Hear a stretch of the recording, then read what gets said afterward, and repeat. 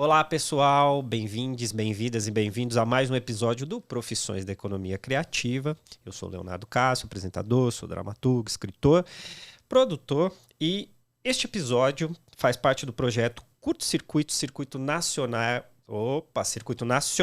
Profissões da Economia Criativa, que tem patrocínio da Zilor Energia e Alimentos, do consórcio Embracon e da Sotrec, tem apoio da Drico Impermeabilizantes e é uma realização do projeto Profissões da Economia Criativa, do canal Utopia 2222, da Carbono 60, da Brancaleone e do Ministério da Cultura por meio da Lei Federal de Incentivo à Cultura, que é a melhor parte que eu gosto, que é União e Reconstrução. Que precisamos reconstruir mesmo, né, galera? Vai demorar. Eu sou um homem branco, de cabelos castanhos claros curtos, olhos claros, e hoje eu estou usando uma camisa branca com folhas, uma tonalidade azul clarinha. Comigo, a Thaís Polimene, que também apresenta o videocast. Oi, pessoal, sou a Thaís Polimene, sou curadora, produtora, roteirista, apresentadora aqui do videocast Profissões da Economia Criativa, também das Minas Gerais e do Utopia 2222. Sou uma mulher branca, tenho cabelo liso, castanho, comprido, tenho franja, tenho olhos castanhos também, estou com um brinco verde, um batom rosa, um vestido estampado, eu tenho que lembrar, né, as cores, laranja, azul, verde, branco e vermelho, e uma blusinha por cima, bem levinha, preta. Aqui na minha... e o quê? Sim, as tatuagens, né? Tá aparecendo uma tatuagem que está escrito Let It Be. E aqui, no meu braço esquerdo, tudo acontece para o bem. E aqui na minha frente, estou com a Kelly, que já a gente vai falar mais sobre ela, mas se apresenta um pouquinho, Kelly. Oi, gente, eu sou a Kelly, sou uma mulher branca, cis, tenho cabelo médio, claro, olhos castanhos claros, que no sol fica. Que fica como os olhos de Verônica. Fica mais amadurecido, talvez. Estou usando um batom meio rosa. E estou com uma camiseta branca, escrito Circo de Só Ladies, Circo de Nem Só Ladies. Que mais? Também tem uma tatuagem de um peixe beta no meu braço esquerdo. E acho que é isso. Seja bem-vinda, Kelly. Obrigada. Kelly é a palhaça Úrsula. Eu sou a Grace. Não, a Grace. Não, Grace a Úrsula é a Verônica. Isso. E a Augustine era a Tatá. É isso, Palhaça Augustine. Muito bem. Bom, acabamos de conversar com a Verônica e com Tatá sobre palhaçaria, sobre circo de só ladies, nem só ladies também. E antes eu só queria pedir para o Rodrigo dar um play aqui na tela, que eu acho que só ficou o Profissões da Economia Criativa, para vocês verem aí quem está apoiando a gente. Daí também verem o logo do Utopia 2222. É lindo. É lindo. Feito pelo Lucas. Então, para a gente começar, a gente já começou aqui falando um pouquinho antes sobre a sua formação, né? Que não é só em palhaçaria. Conta um pouquinho, você é formada em jornalismo, é? Sou formada em jornalismo, com especialização em roteiro pela Universidade Anhembi Morumbi. Então, na época que eu fiz, eram os 2 primeiros anos do curso, era só sobre roteiro para cinema, TV, rádio e teatro. Então, eu acho que isso também me despertou muito o desejo de começar a trabalhar com arte. Na época que eu fiz a universidade, eu entrei na universidade um pouco mais tarde, com quase 30 anos. E eu já trabalhava em agências de publicidade desde os 22. Uau. Porque eu também eu comecei a trabalhar com publicidade sem a formação superior. Porque eu entrei pela portinha dos fundos, assim, sabe? Tipo, tinha uma vaga de secretária e eu acabei virando assistente. Depois eu virei coordenadora de mídia, depois virei planejadora e já estava com uma gerência de uma equipe. Também não foi assim tão rápido, né? Eu fiquei 16 anos trabalhando em agência de publicidade. E aí, com 35 anos, depois que eu terminei a faculdade de jornalismo, eu comecei a fazer uma transição profissional.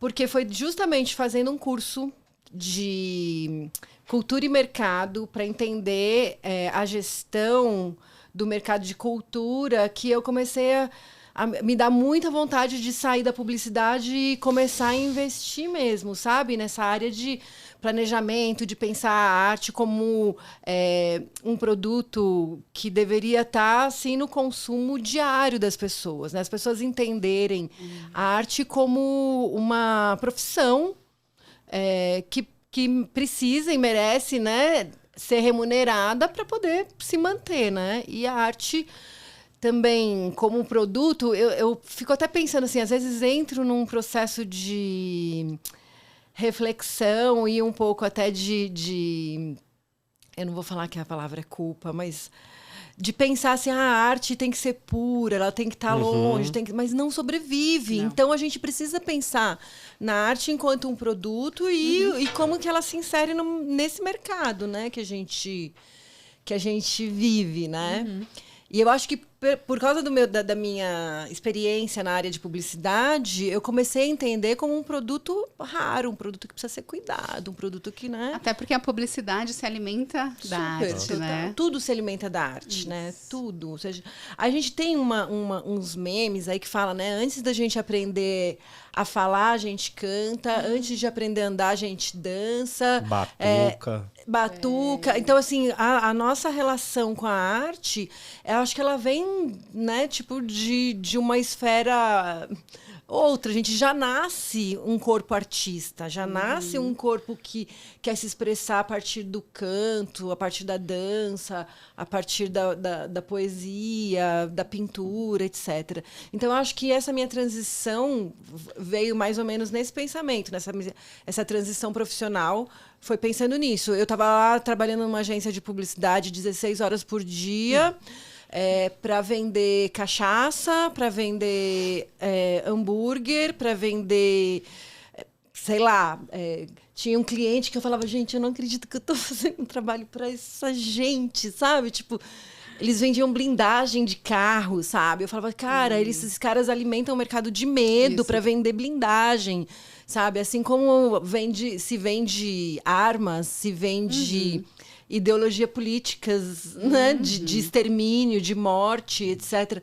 Então, eu tinha um problema de consciência muito grande quando eu trabalhava em publicidade. Nossa, tô aqui trabalhando, movimentando milhões de dinheiros para sustentar uma empresa ou um mercado, uma indústria que tira a vida das pessoas, tira literalmente, né? Então, quero transformar isso, quero fazer outra coisa. E aí fui entrando no mundo da gestão cultural.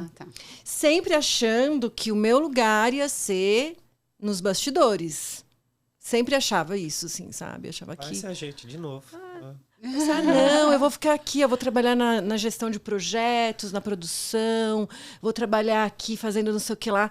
De repente, quando eu vi, eu estava no palco fazendo coisas. Mas foi de repente como? Como foi esse de repente? Então, eu acho que assim, eu fui fazer um curso de contação de histórias. Foi o primeiro curso que eu fiz. Olha. Né? Depois do jornalismo, depois da gestão cultural e tal, fui fazer um curso de contação de histórias. E aí eu senti que era muito gostoso poder contar histórias, sabe? E olhar para as pessoas e trocar o olhar, assim, sabe? Aprofundar mesmo. E você já tinha uma experiência com roteiro, né? Então estava bem ligado, né? Porque você já contava história, mas escrita, né? Nos bastidores, né? Sempre não estava mostrando a minha cara ali, né? E aí eu acho que depois desse curso de contação de histórias, eu fiquei animada e aí procurei um curso de palhaço. Depois fui fazer outro, Quando eu vi, eu estava lá prestando uma prova para entrar numa seleção dos Doutores da Alegria, na Escola dos Doutores da Alegria, para fazer um curso. Aí eu fiz um curso de 1 ano lá. E aí falei, não, gente, realmente. E isso trabalhando de dia na publicidade e de noite fazendo curso, né? De palhaçaria e tal. E aí, quando eu concluí o curso dos Doutores da Alegria, eu já engatei em outros e coincidiu com as agências de publicidade acharem que eu não era mais... né? Eu não tinha mais adequação. E eu falei, nossa... Não estava mais no perfil. Eu não tinha mais Depois o perfil. De 16 anos. Eu não tinha mais o perfil publicitário e aí eu aproveitei esse momento para ir experimentando. Então eu fui para o cinema, fiz algumas coisas de roteiro, de cinema. Foi nessa época que eu comecei a escrever os projetos para a Lei Rouanet e eu vi que, uau, né? Eu tenho um pouco de conhecimento, né? Eu acho que, enfim, os 16 anos de publicidade, mais o curso de jornalismo me ajudaram a entender como elaborar um projeto cultural também, né? Quais essas habilidades que eu desenvolvi, elas foram muito úteis na real para eu poder começar a escrever projetos.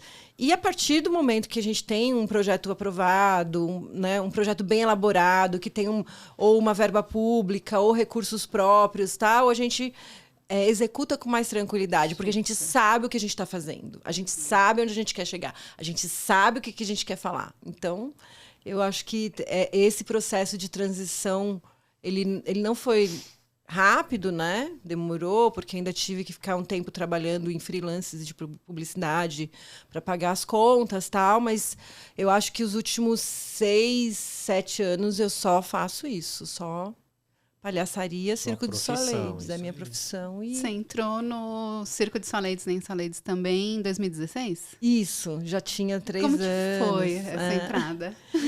Então, eu conheci convite, Tatá e Verônica, conheci Tatá nos Doutores da Alegria, na Escola dos Doutores da Alegria, e a gente começou a trabalhar numa ONG de palhaços de hospital. E aí, essa veia, né, tipo, de pegar o negócio e falar, vamos fazer esse negócio virar, né, se transformar, tal. Eu, Tatá e mais 2 ou 3 pessoas dessa ONG, que éramos palhaços, apenas palhaços, palhaças, palhacina. Chamamos os administradores da ONG e falou assim, a gente quer escrever o projeto, a gente quer captar recursos e a gente quer que esse trabalho que a gente faz hoje, que a gente demorou tanto tempo para aprender, não sei o quê, seja remunerado. A gente não quer ficar trabalhando como voluntário no hospital, sabe? A gente quer trabalhar, a gente quer poder se dedicar, né? E falar assim, vou fazer só isso, tal. E o pessoal da administração concordou que a gente fizesse. Só que a gente começou a perceber que existia uma resistência por parte de... Eram três pessoas que tinham fundado a ONG.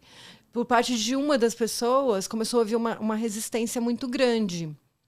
Porque ele queria continuar num comando, mas num comando meio chefe e tal. E a gente falava assim, não tem sentido, porque embora você tenha fundado essa ONG não existe se não tiver o trabalho da gente. E hoje a gente é voluntário, a gente não quer mais trabalhar como voluntário. Como que a gente vai resolver essa parada? E aí começou um papo muito corporativista, assim, sabe? Tipo, eu que mando aqui, não sei o que lá. E aí, na época, tinha 7 palhaços na ONG. A gente falou assim, então já que você manda aí. Tá. Saímos as 7 pessoas de uma vez. Acabou a ONG. Tá vendo? E a gente estava super disponível, assim, sabe? Tipo, para escrever o projeto, para fazer o negócio acontecer. Mas, enfim, a gente não ia se submeter, né? Tipo, trabalhando... Eles tinham outras profissões e faziam outras coisas. Quem estava fazendo o negócio acontecer dentro do hospital era a gente. Quem estava fazendo? Ego só, né? Por ego. Porque não tinha grana envolvida. Não tinha nada. Sempre. Nada de dinheiro, sabe? Era uma coisa do tipo, essa bola é minha, só vai jogar do jeito que eu quero. Daí a gente pegou e falou, então fica aí com a sua bola sozinho, jogando na parede.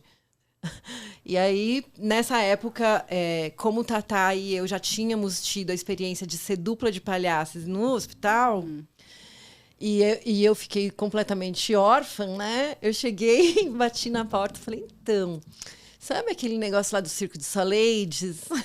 Que tal se a gente fizesse uma experiência em hospital para mulheres? E aí, Tatá conversou com Lilian, e a partir daí começou todo um processo de falar assim, como que a gente pode viver, como é que a gente pode fazer agora o Circo de Soleides, tal. E nesse período entrou Verônica, que já fazia coisas com o Circo de Soleides, porque era Lilian e Tatá, então Verônica chegou a dirigir, né, um espetáculo e estava sempre muito próxima, tal, do grupo. Então, oficialmente entrou para o grupo Verônica, Vanessa Rosa e eu. Então, ficamos 5 no Circo de Soleides. E aí foi um período bem de transformação também do grupo, né? Porque a gente começou a fazer trabalho em hospital, criamos um espetáculo com recursos próprios que começamos a circular. E foi muito legal, porque como a gente tinha já algumas coisas... 2016 para 2017, começou a fazer as coisas para o canal do YouTube. Então, quando as pessoas procuravam no Google, né, davam lá na busca mulheres palhaças ou palhaças femininas, essas expressões, né, para busca, sempre o Circo de Soleides aparecia em primeiro, assim. Eu acho que ainda aparece, porque eu acho que eu procurei isso. E aí apareceram vocês. E aí começaram a procurar a gente para fazer muita coisa, assim, sabe? Então, a gente foi crescendo. E bem nesse período a gente ganhou um edital público, né, do governo do estado de São Paulo, da Secretaria de Cultura, que era o PROAC. E construímos o nosso primeiro espetáculo do grupo com um recurso público e tal. Então, o grupo começou a ganhar mesmo, né, uma força, né? E visibilidade também, porque a gente trabalha bastante as redes sociais, né? Tipo, o YouTube é uma rede social, né? Então, ele acaba que dá um reflexo também no Facebook, no Instagram, né? Nas outras ferramentas, né? Nas outras plataformas, exatamente. Eu queria que você comentasse um pouco sobre essa experiência mesmo do YouTube, porque a gente estava conversando no outro episódio, vocês fazem muita coisa, né? Escreve, projeto, não sei o quê, e aí vem um canal um ano depois, ou até menos do que você entrou, assim. Como é que foi essa produção? E também teve uma super importância por conta da pandemia, imagino eu, né? Mas foi antes, né? Porque foi em 2017. Sim. O processo e logo depois eu imagino que vocês tenham criado muito por conta desse período. Sim. Então o canal teve 2 momentos, né, mágicos e de hiperprodução.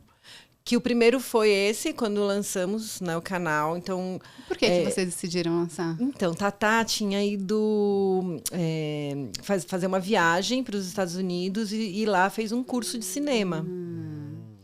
E veio com muito desejo, muita vontade e tal. E aí, o sonho americano. De trabalhar com a tela, né? Tipo, era muito difícil ser mulher palhaça, né? Ainda é. Então, vamos começar a achar outras formas de existir e tal.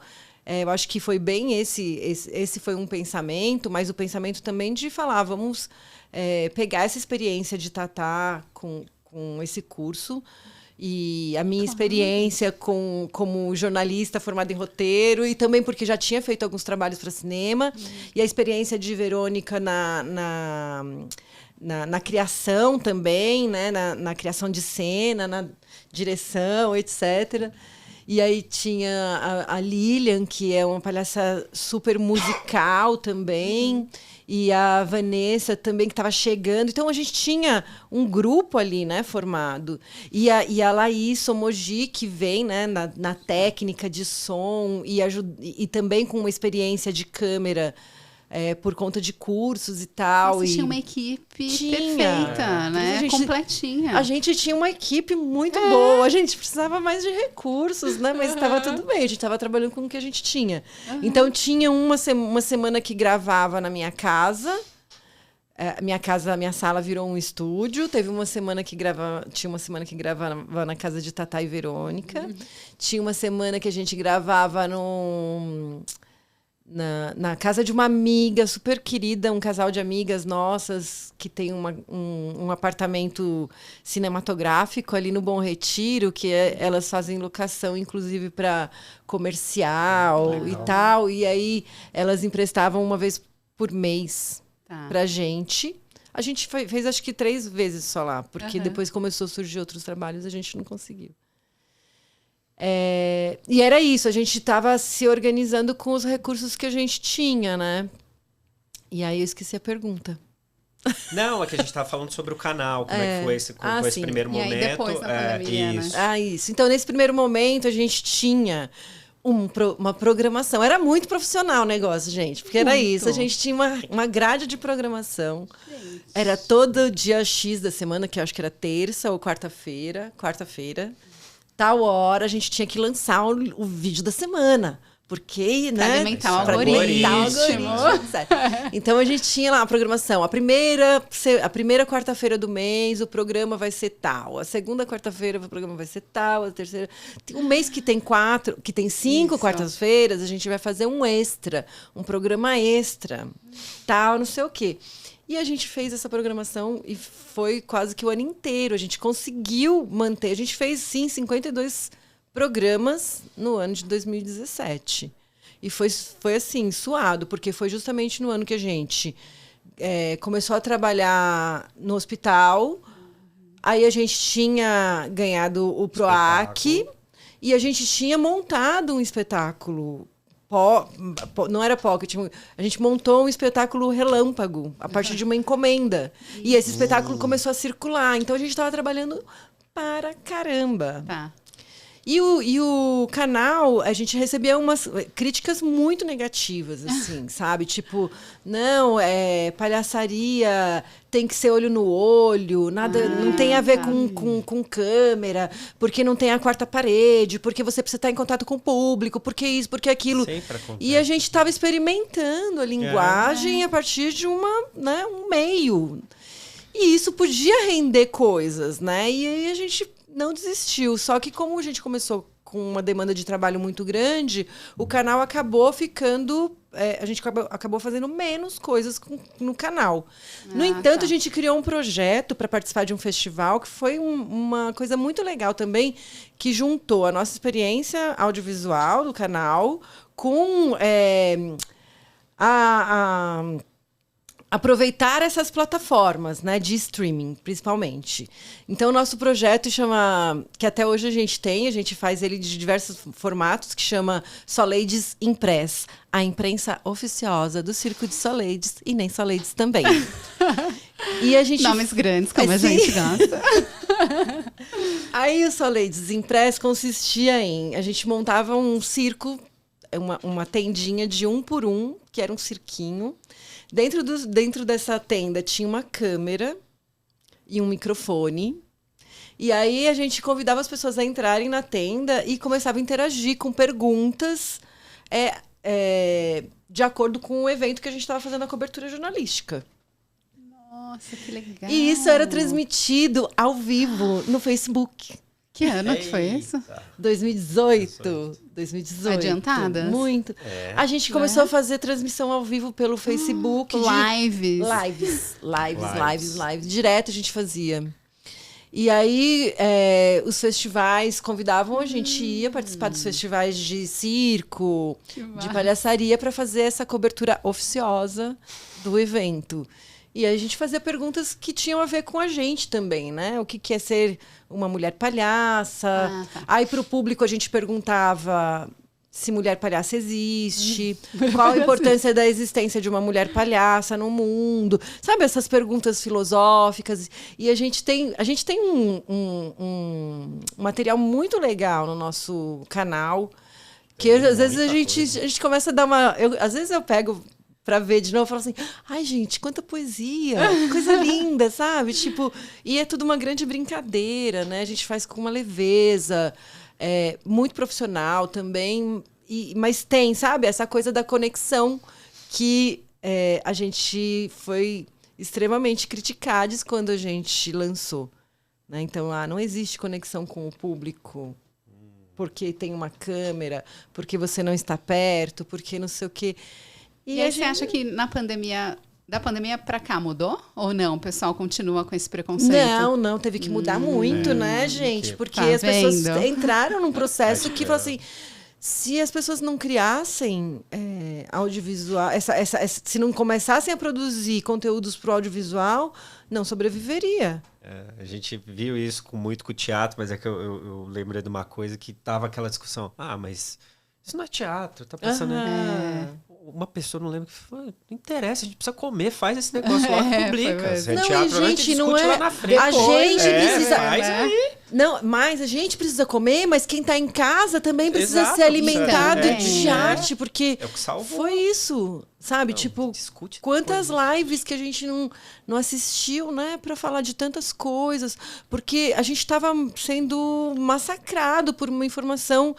Né, por informações de morte, de terror, de perdas, de solidão. Foi um período bastante difícil, eu acho que no mundo inteiro. Foi. E no mundo Sobretudo inteiro. aqui, né?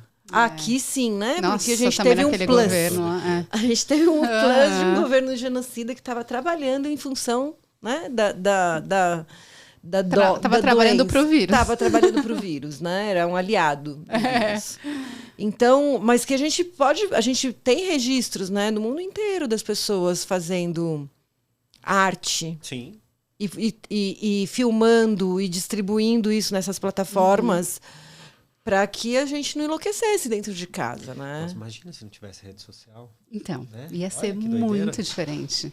Tem a parte ruim, mas olha a parte boa, né?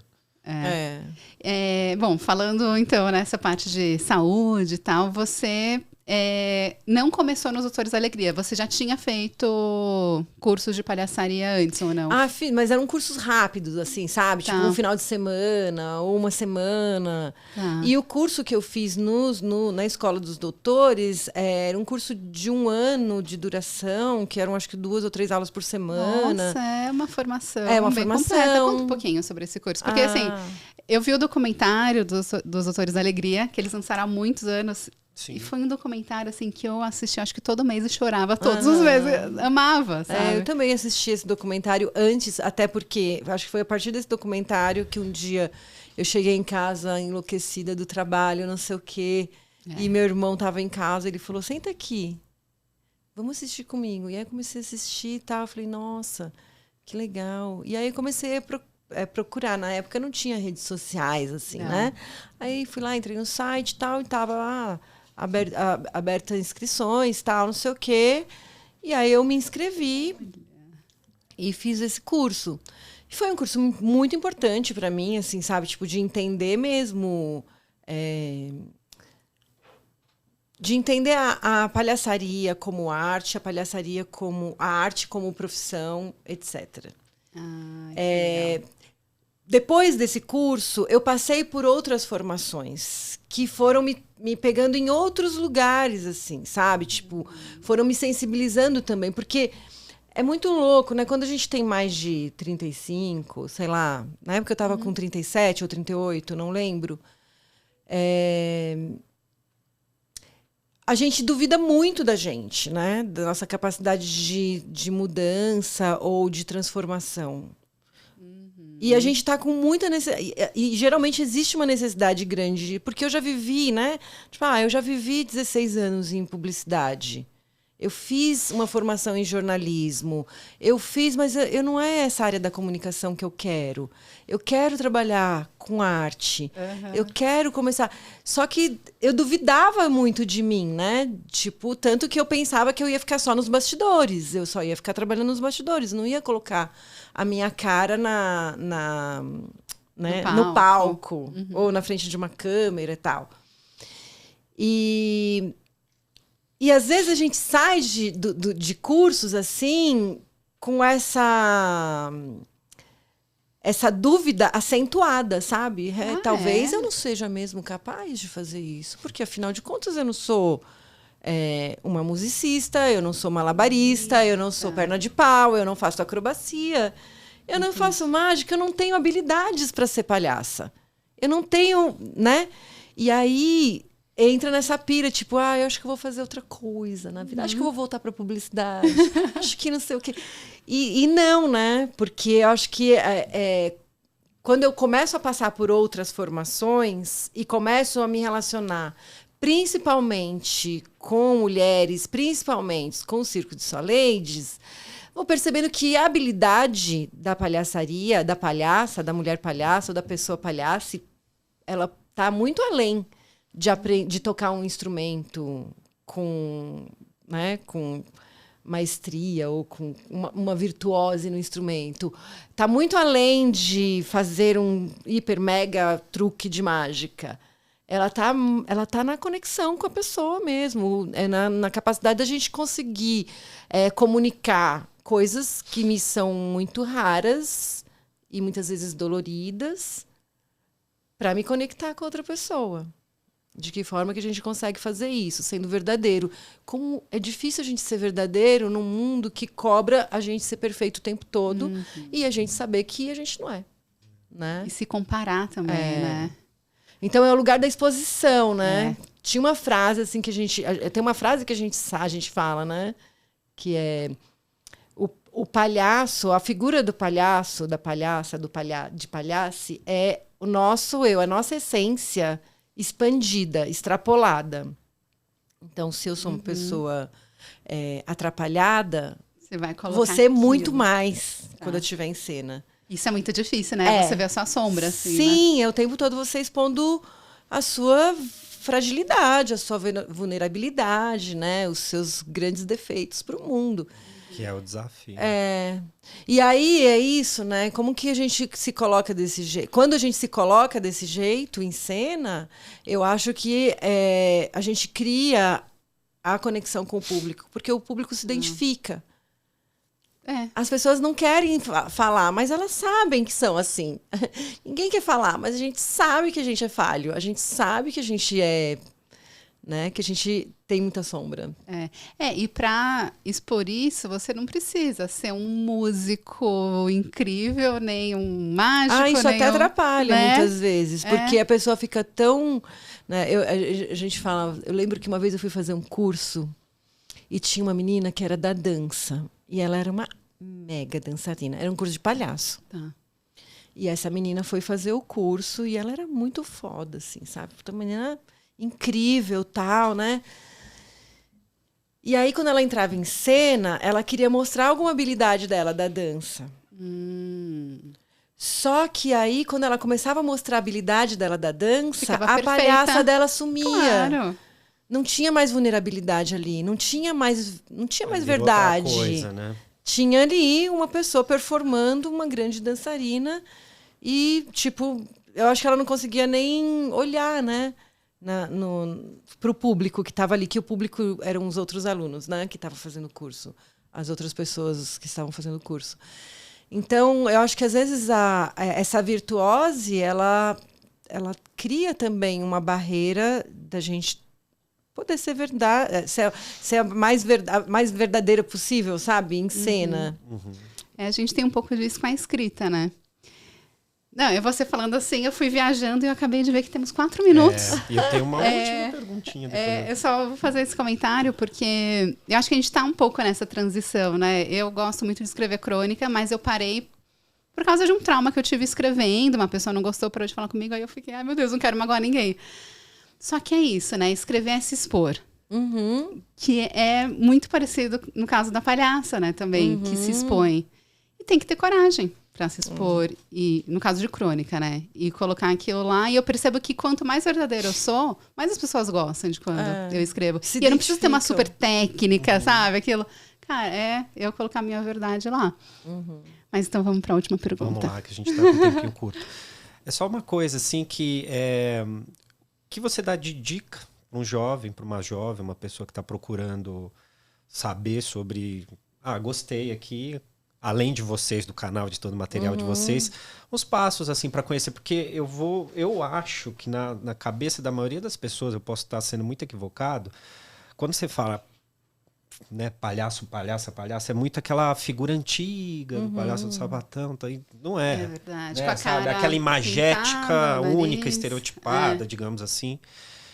E é muita coisa, né? É o oposto disso. Então, o que você dá assim de... Eu tava pensando, né, muitas pessoas usam o termo palhaço, palhaça para ofender a outra, né? Isso é muito louco, né? Eu queria que você comentasse sobre isso. O termo palhaço, no sentido pejorativo, eu costumo não usar, mas eu não sei se eu estou problematizando isso, ou se realmente melhor, não, vamos não. evitar usar. Tipo, seu palhaço, sabe?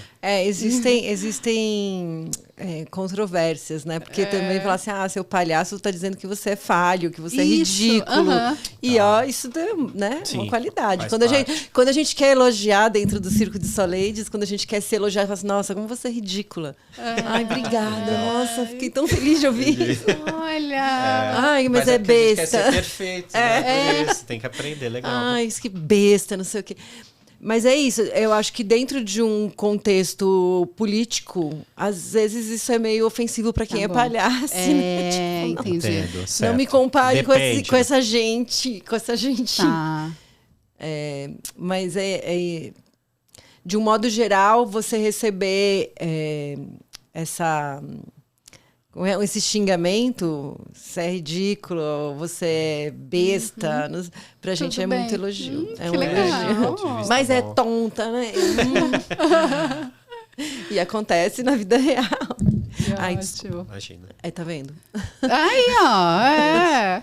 E as dicas, né? Esse As tipo de dicas, dicas, as né? dicas. Ai, gente, não sei se eu tenho muitas dicas. Não, Acho que não assim, é procurar mesmo, né? Quem tá oferecendo cursos. Eu acho que em São Paulo tem Vocês. a gente, tem bastante escola, né? Tem a SP, o que não falta é curso de palhaçaria, né? Mas eu acho que a gente pode ir com o coração aberto, né? Para aprender, para experimentar, e também com um olhar crítico, porque eu acho que uma das coisas que a gente mais fala na palhaçaria feminista do Circo de Soleides, nem Soleides também, é que é muito fácil rir de uma pessoa que está oprimida e usar essa pessoa como escada. E aí é uma crítica que a gente faz muito grande a comicidade, né, como um todo, esse humor que a gente consome, sei lá, pela televisão, ou mesmo por esquetes clássicas de circo. Stand-up, é que existe uma forma muito... Existe uma fórmula muito fácil de conseguir o riso, que é você rir de uma pessoa que já está numa situação de opressão, né? Então, eu acho que para quem está querendo estudar palhaçaria, tem um olhar crítico a respeito disso, porque esse riso comum, esse riso raso, é uma fórmula que já existe, que a gente, né, já sabe que está gasta e que a gente pode ir além, né? Pode ir muito além. De pensar que a gente, enquanto seres humanos que estamos habitando aqui esse mundo, esse universo, multiverso, etc., a gente já tem coisas muito... que nos causam muita vulnerabilidade, né? O fato da gente nascer e saber que a gente vai morrer, já é um fator que fala assim, nossa, somos pessoas vulneráveis, todas as pessoas, né? E algumas são mais, né? Dependendo de que parte do extrato social está inserida. Então, dá para a gente explorar muito mais coisa da existência humana do que a vulnerabilidade imposta por um sistema social injusto, opressor, etc. Entende? Então, eu acho que para quem está começando, vai além. Vai além. Vai além do lugar comum, por favor. Que vai descobrir coisas incríveis, porque é isso, né? Tem muita poesia, tem muita música, tem Tem muita coisa boa mesmo, que a gente pode fazer na troca com a outra pessoa, né? Eu enquanto palhaça, vocês enquanto plateia. Tem muita coisa boa que a gente pode trocar. E eu não vou querer pisar em cima de ninguém, porque eu não sei se eu vou ficar muito confortável para conseguir um riso fácil, sabe? Para conseguir um riso fugaz. Então aproveita e deixa os contatos do Circo de Soleides, Nem Soleides também, e os seus também, se você quiser, fica à vontade. A gente tem Facebook, Instagram, YouTube e também temos o nosso site www.circodesoladies.com.br.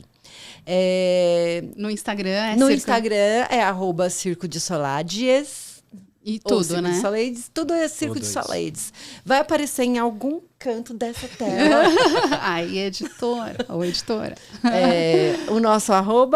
E é isso. Eu sou Kelly Lima e tô aí. Obrigada. Obrigada, Kelly. Obrigado, Nossa, Kelly. Foi incrível. Que pena que a gente teve que acabar, até extrapolamos aqui um pouco. Vai ter mais convite. Segue a gente também no Instagram, profissões.ec, no TikTok. Em breve colocaremos alguma coisa lá também. Thaís Polimeri no Instagram, leonardo.cássio, ou o site profissõeseconomiacriativa.com.br. Também manda comentários pra gente, mensagem, a gente sempre gosta. Inscrição. E acompanhem o Circo de Soleides, Nem Soleides também, que, nossa, ficamos apaixonados. Nós também. Obrigada, tchau, tchau. gente.